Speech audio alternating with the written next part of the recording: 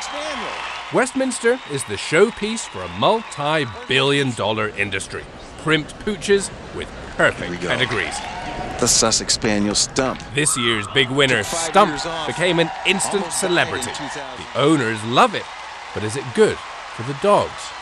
Many dogs are bred with exaggerated features to please dog show judges, features that can cause extreme discomfort. In the heat and the lights of the show, they can overheat and actually go down in 5 minutes. They have, instead of a long snout where it's an open airway, it's smashed like a Coke can, and the breathing has to go through many, many curves and many turns. Many dogs are inbred to perpetuate the characteristics that judges reward with ribbons. That dog I kept out of that brother-sister breeding was one of the best stud dogs I've ever owned. Nearly every breed carries specific genetic defects. We have a very unique stone-forming disease in our breed. Male Dalmatians with the condition can't urinate properly.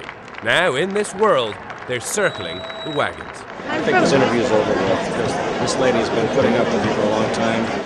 They're circling the wagons because now there's a question. Are they damaging these dogs? In Britain, the birthplace of the dog show, this world is now changing. Largely because of this controversial documentary. It showed dogs in distress, allegedly stricken by genetic diseases. It likened pedigree dog breeding to the eugenics principles of Adolf Hitler. It questioned inbreeding. Have you got children? Have you got a daughter? Yes. Would you have a baby with her? No, of course I wouldn't. We always knew that what we were doing was going to have a huge impact. Our fear was, I think, that it would have a huge temporary impact. Ladies and gentlemen, the impact was not temporary. Welcome to the highlight of my year, Best in Show. Not anymore. After 42 years televising Crufts, the world's biggest dog show, the BBC just pulled the plug in protest. When I watch Crufts, what I see in front of me is a parade of mutants. Here, the American Kennel Club is the authority. It recognises 161 breeds, registers purebred dogs, and is the guardian of the so-called breed standards.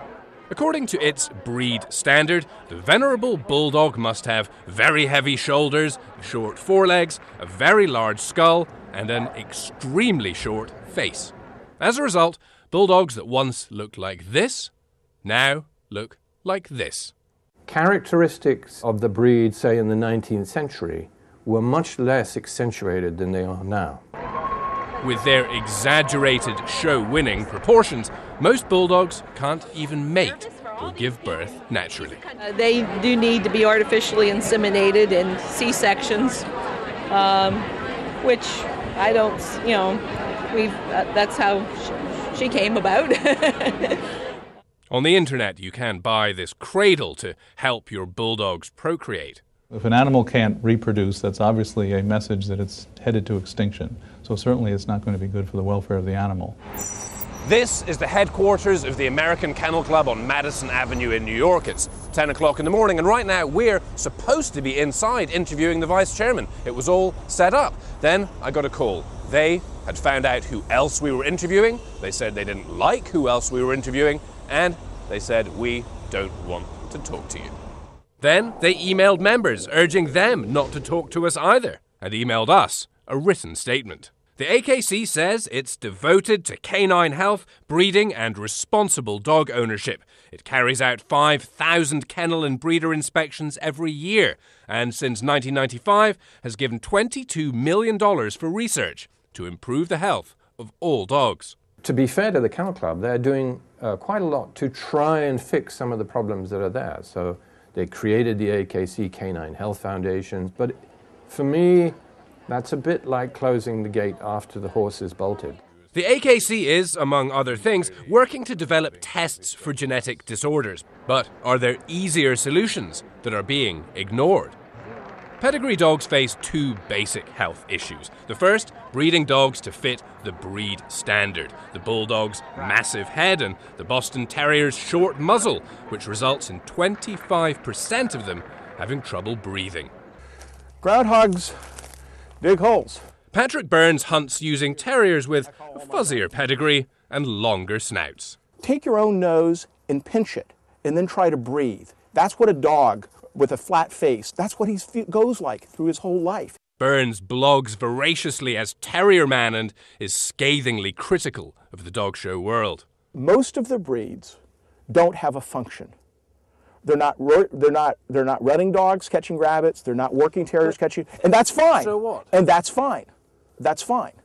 There's nothing wrong with that. But if their only function is to be a pet, then they have to put health first. The other major health issue, inherited disease. For example, purebred flat-coated retrievers have a high incidence of cancer.